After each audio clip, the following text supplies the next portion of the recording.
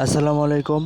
অনেকেই মনে করে যে এই মজুতে বারকোড দেওয়া আছে, যে এই বারকোড স্ক্যান না করলে, এটার ভিতরে প্রবেশ না করলে ওই ফিলিস্তিনির জন্য 1 টাকা ডোনেট হয় না।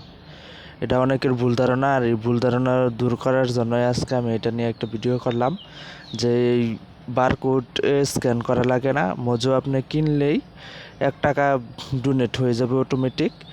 আর এই বারকোড দেওয়া মূলত যে এই পর্যন্ত কত এই ফিলিস্তিনের জন্য কত টাকা কালেকশন হয়েছে এটা দেখার জন্য, যে বারকোড স্ক্যান করে এটার ভিতরে ঢুকলেই আপনি দেখতে পারবেন যে কত এই পর্যন্ত কত টাকা ডোনেট হয়েছে।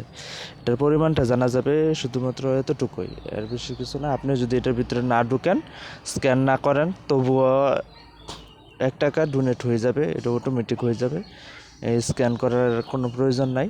এটা আপনি ইচ্ছা করলে চাইলে দেখতে পারবেন, তার জন্য এই বারকোড দেয়া। ধন্যবাদ সকলকে।